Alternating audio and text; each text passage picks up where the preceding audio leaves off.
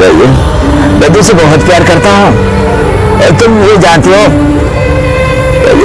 तुम सिर्फ मेरे हो। अगर ये चौकट पे बारात आई तो डोली की जगह यहाँ से हट क्या उठेंगे। सबसे पहले लड़की उसकी उठेगी जिसके सर में सेहरा होगा। यहाँ से उठाने को मेरा से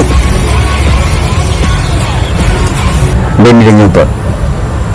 वैसे ही तुम्हारी ताकत को देखे हम बड़े खुश हुए और ये जान के तुम्हें खुशी हो गई कि तुम आज से हमारे लिए काम करोगे। ये ताकत खुद पसीने से कमाई हुई रोटी की है। बोलिए किसी के टुकड़े पे पढ़ने की जरूरत नहीं। उम्र में आके चल भी कुत्ता बन जाता है। कातिया तू चाहता है कि तेरे यहाँ मैं कुत्ते बन के जीऊं? तू चाहता मैं कुत्ते की हाथ काटूं? तो क्या हुआ, यही समझ लो। तो पैसे मिलेंगे तुम्हें, लोग तुमसे डरेंगे। लोगों को डरा के वो जीता है जिसके हड्डियों में पानी भरा होता है। बस मैंने क्या इतना होगा तो कुत्तों का सहलाना छोड़ दे कातिया।